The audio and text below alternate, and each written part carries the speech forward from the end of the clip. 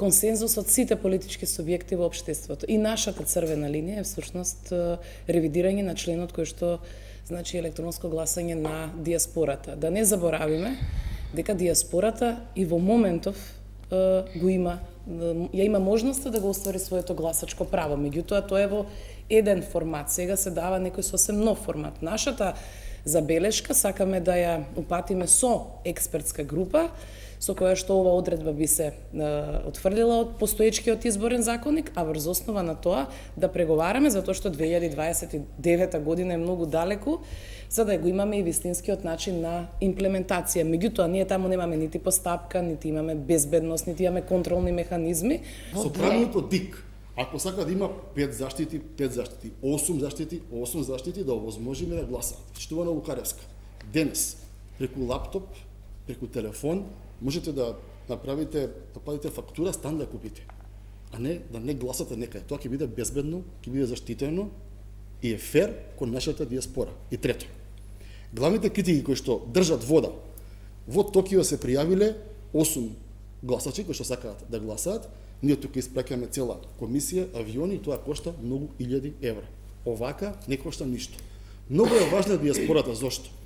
Бидејќи ние сме најмалобројниот народ на Балканскиот полуостров, еден од најмалобројните во Европа, и за нас е императив како држава, како национална стратегија, да одржуваме силни врски со диаспората. Првично сметаме дека може да пробаме на предстојните претседателски избори, зошто да нема електронско гласање. Тоа е уредено во рамки на законот.